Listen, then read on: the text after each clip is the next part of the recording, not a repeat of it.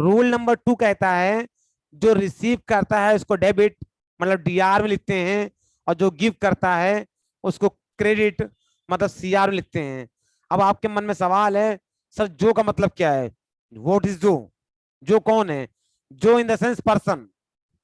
जो पर्सन, जो को अगर पूरा बाइफरकेट करें तो जो पर्सन रिसीव करता है उसको डेबिट में लिखते हैं, और जो पर्सन रिसीव करता है गिव करता है उसको सी आर मतलब क्रेडिट में लिखते हैं। सर अब इस अकाउंटिंग में पर्सन कहां से आ गया? तो जब आपके ट्रांजेक्शन देखेंगे तो आपको पर्सन समझ आएगा कि अब इस पर्सन को कैसे हम टैकल करें। तो उस पर्सन के लिए ये नियम है। यहां ध्यान रखिए, बहुत ध्यान से दिमाग में रखिए, जो का मतलब उस पर्सन की बात कर रहे हैं। क्योंकि कई बार ऐसा होता है कि जब हम डीलिंग करते हैं, हम गुड्स खरीदते और बेचते हैं, जैसा कि हमने इसके पहले की एंट्री में डिस्कस किया रूल नंबर 1 के अकॉर्डिंग, कि जो आता है उसको डेबिट में लिखते हैं और जो जाता है उसको हम क्रेडिट मतलब सीआर में लिखते हैं। इस नियम से हमने एंट्रियां कर ली। लेकिन कई बार ऐसी सिचुएशन आएंगी कि हो सकता है आपको ये समझ में आए कि क्या आया मतलब क्या आ रहा है और क्या जा रहा है, लेकिन उसमें से सिर्फ एक पक्ष ही आपको समझ में आए, दूसरा पक्ष आपको समझ में ना आए, और दूसरे पक्ष में किसी का नाम लिखा हो। उस समय पे वो जो नाम लिखा होगा वो किसी पर्सन का नाम होगा, और उसके लिए नियम बनाया गया है। अब इसका एग्जाम्पल देखिए तो आपको चीजें क्लियर हो जाएंगी। जैसे ये रहा पहला example, purchase goods ₹40,000 from Suraj. Sir ये तो पुराना ट्रांजेक्शन है, पिछले ट्रांजेक्शन में भी उन्हें परचेज किया था, लेकिन देख पिछले से ये ट्रांजेक्शन थोड़ा सा डिफर है। क्योंकि पिछले ट्रांजेक्शन में गुड्स परचेज किया था तो गुड्स हमारे पास आ गया था, और उसके बदले हमने कैश दे दिया था, इसलिए कैश सीआर हो गया। लेकिन अब अगर यहाँ पे हम पहला नियम लगाएं कि सर क्या आया और क्या गया, तो आपको इतनी बात तो समझ में आएगी, हाँ सर गुड्स तो आ रहा है, क्योंकि परचेज किया है तो गुड्स आ रहा है। इतनी बात तो सर समझ में आ रही है। लेकिन अब जा क्या रहा है, ये बात सर हमको समझ में नहीं आ रही है, क्योंकि हम तो गुड्स खरीद लाए और हमने कहीं ये तो लिखा नहीं है कि हमने दिया क्या है। क्योंकि अगर ये लिखा होता कि बाई कैश तो चलो कैश दे दिया, बाई चेक तो चलो सर चेक बना के दे दी, तो बैंक से पैसा चला जाएगा। सर यहाँ पे तो ऐसा कुछ नहीं लिखा है, यहाँ पे सिर्फ ये लिखा है गुड्स खरीदा। हाँ किससे खरीदा है ये जरूर लिखा है, उस बंदे का नाम आ रहा है जिससे हमने खरीदा है। लेकिन सर यहाँ आया तो गुड्स है, लेकिन हमने कुछ दिया तो है नहीं, बस ये लिखा है कि किससे खरीदा है। तो अब जिससे खरीदा है उस पर्सन का नाम क्या है? उस पर्सन का नाम क्या है? सूरज। क्या नाम है बेटा? सूरज। तो ध्यान रखिए आ गया ना पर्सन का नाम। अब क्या आ गया? पर्सन का नाम तो आ गया। अब अगर ध्यान से पीछे जाके देखें तो जो के लिए नियम आता है, जो मतलब से हो गया ना पर्सन का नाम, जो इन द सेंस पर्सन का नाम आ गया। अब आप इस रूल को अगर अप्लाई करिए तो आपको समझ में आ जाएगा कि क्या करना है हमको। अब लिखा है जो रिसीव करता है उसको डेबिट लिखते हैं। तो आपको देखना है कि वो जो पर्सन कौन है, सूरज। पर्सन इन द सेंस वो सूरज। वो सूरज क्या कर रहा है, उससे हम गुड्स क्या कर रहे हैं।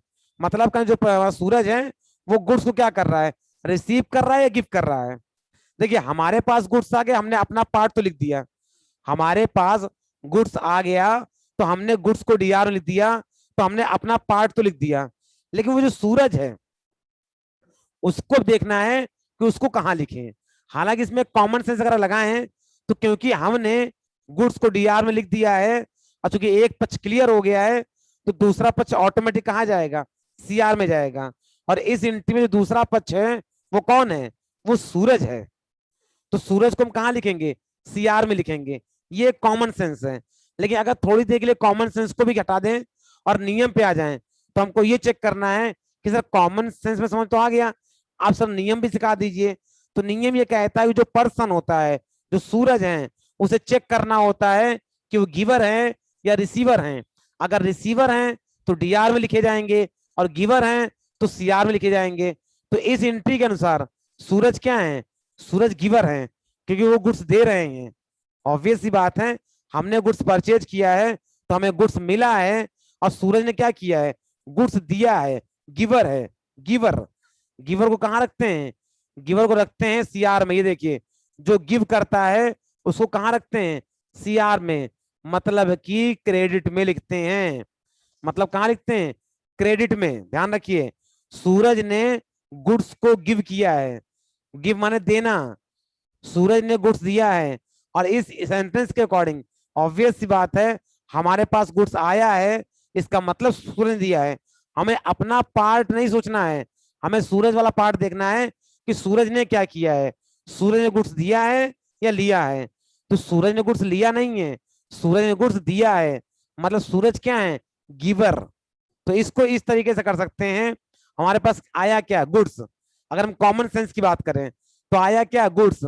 अब गया क्या ये तो मालूम चल रहा है, लेकिन कहां से आया है इस बात को तो लिखना चाहिए। तो हमने दूसरे पक्ष में क्या लिख दिया कि आया है गुड्स, और चूंकि हमको ये मालूम नहीं चल रहा है कि क्या गया है, तो हम इस चीज को रिकॉर्ड कर देंगे कि सर कहां से आया है। तो कहां से आया है बेटा, सूरज से आया है। ये मैंने कॉमन सेंस समझ के लिखा है। अगर नियम के अकॉर्डिंग करना है तो ये देखिए, नियम ये कहता है कि जो गिव करता है उसको क्रेडिट में लिखा जाता है। इस हिसाब से सूरज को कहां लिखेंगे, हम सीआर में लिखेंगे।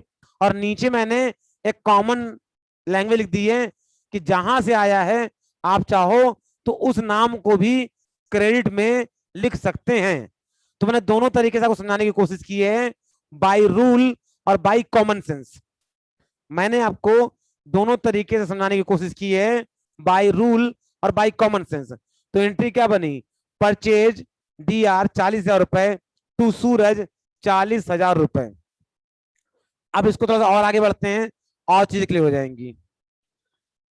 अब उसी सूरज को 2 दिन बाद, चूंकि हम उधार ले आए थे, देखिए जहां पे नाम आ जाता है, अकाउंट्स का मतलब क्या होता है, अगर किसी का नाम आ जाए तो ये समझ जाइए कि वो उधार की एंट्री है।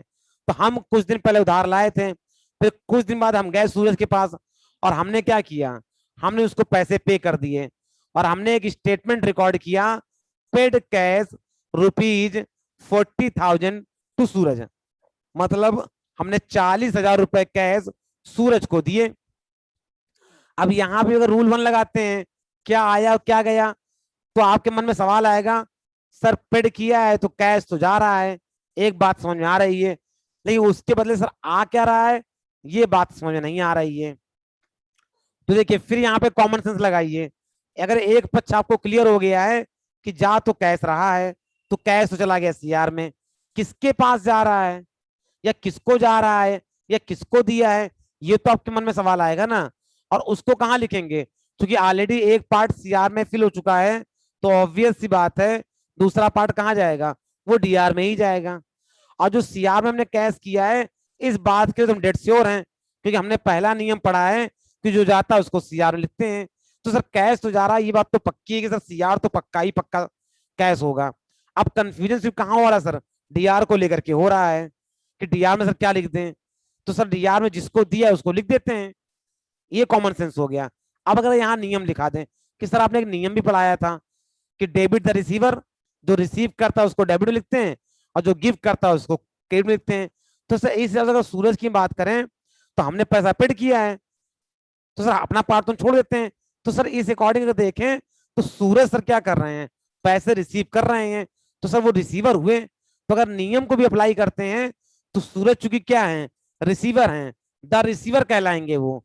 और रिसीवर को कहाँ रखते हैं, अगर नियम देखेंगे जाके पीछे अब, तो उसको डेबिट भी लिखते हैं। हाँ सर नियम से भी ठीक आ रहा है और कॉमन सेंस भी ठीक आ रहा है।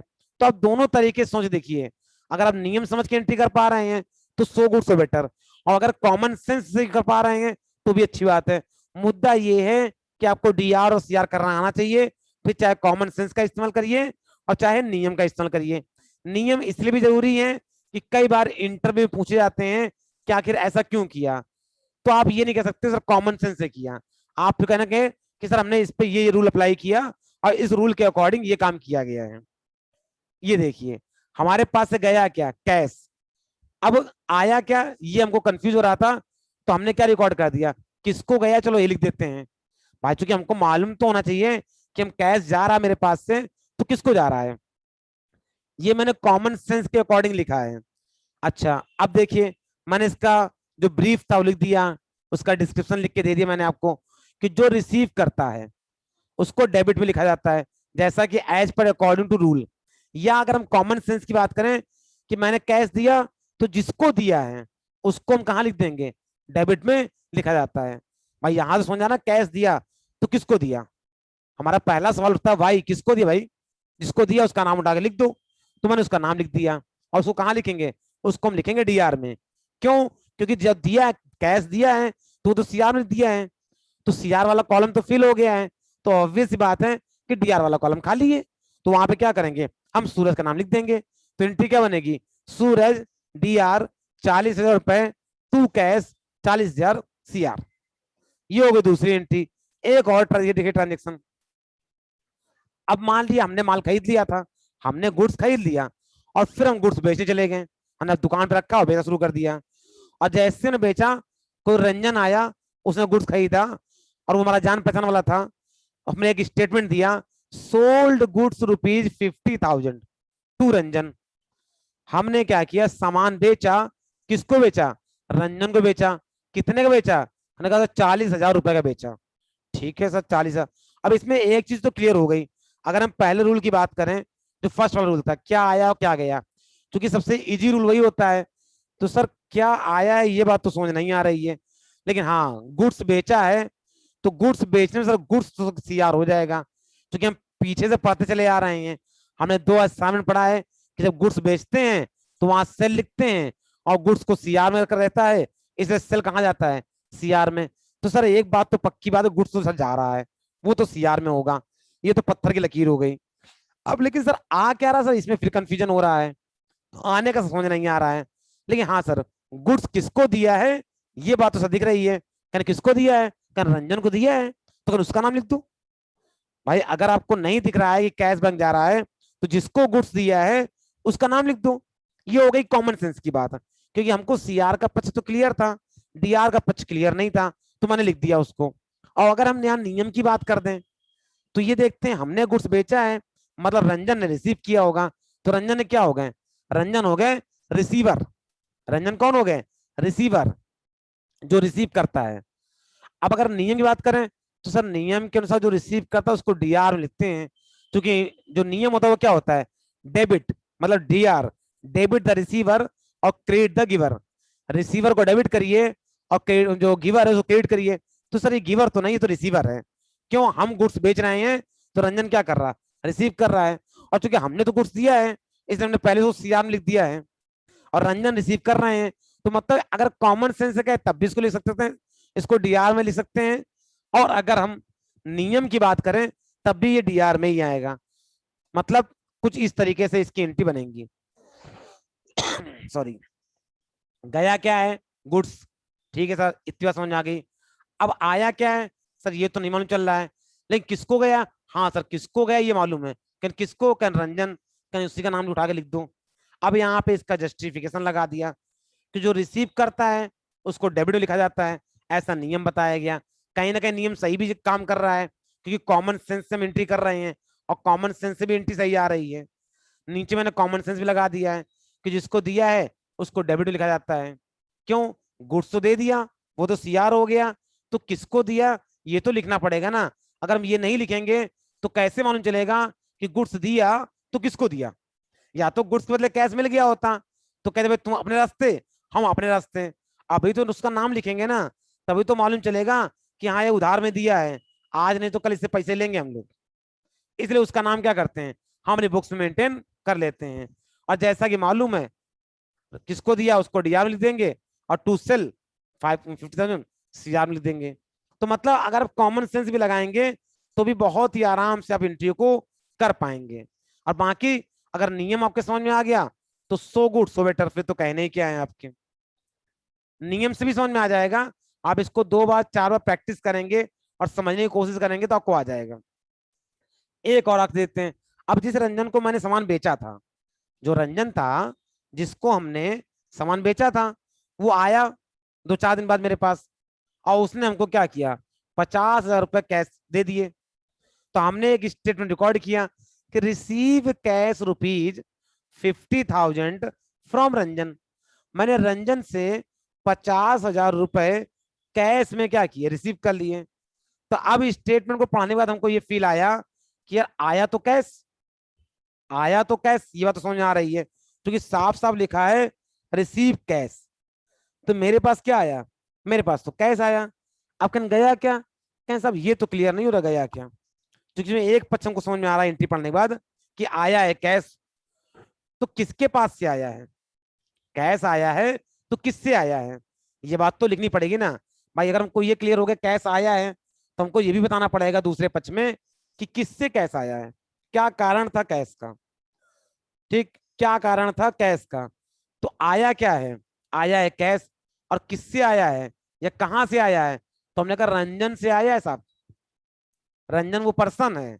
अब अगर यहाँ पे हम नियम की बात करें, यहाँ पे रूल लगाएं कि रंजन क्या है, रिसीवर है या गिवर है, तो ध्यान से देखिए हमारे पास कैश आया है तो किसी ने किसी ने गिव किया होगा, किसी ने किसी ने गिव किया होगा। तो रंजन ने क्या किया है, गिव किया है। रंजन कौन हो गए, गिवर हो गए ना। रंजन कौन हो गए, देने वाला हो गया ना। और द गिवर कहाँ जाता है, अगर हम नियम की बात करें तो उसे हम सीआर में लिखते हैं। या फिर अगर ये समझ नहीं आ रहा है तो ये समझ जाइए कि आया है कैश तो किससे आया है, जिससे आया है उसको हम कहाँ लिखेंगे, उसको हम सीआर में लिखेंगे।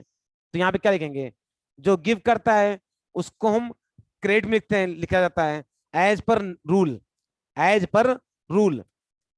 अगर एज पर कॉमन सेंस की बात करें तो सर कैश तो आया, तो कहीं जहां से आया है या कहां से आया, कुछ ना कुछ तो मालूम होगा ना। जहां से आया है उसका नाम लिख दो। तो हमने कहा कहां से आया ये मालूम है, कहां से आया, रंजन से, उसको लिख दो करके। कुल मिला के इंटीमेट सेंस मिलना चाहिए कि कैश आया 50 रुपए, कहां से, रंजन से। तो रंजन को उठाओ और सीआर लिख दो। तो आप कॉमन सेंस में एंट्री कर सकते हो और नियम लगा के भी एंट्री कर सकते हो कि ये कैसे होगा। तो कैश यहाँ पे डेबिट होगा और फिर यहाँ पे कहां से आया है, रंजन से आया है। ये एंट्री फिनिश हो गई है।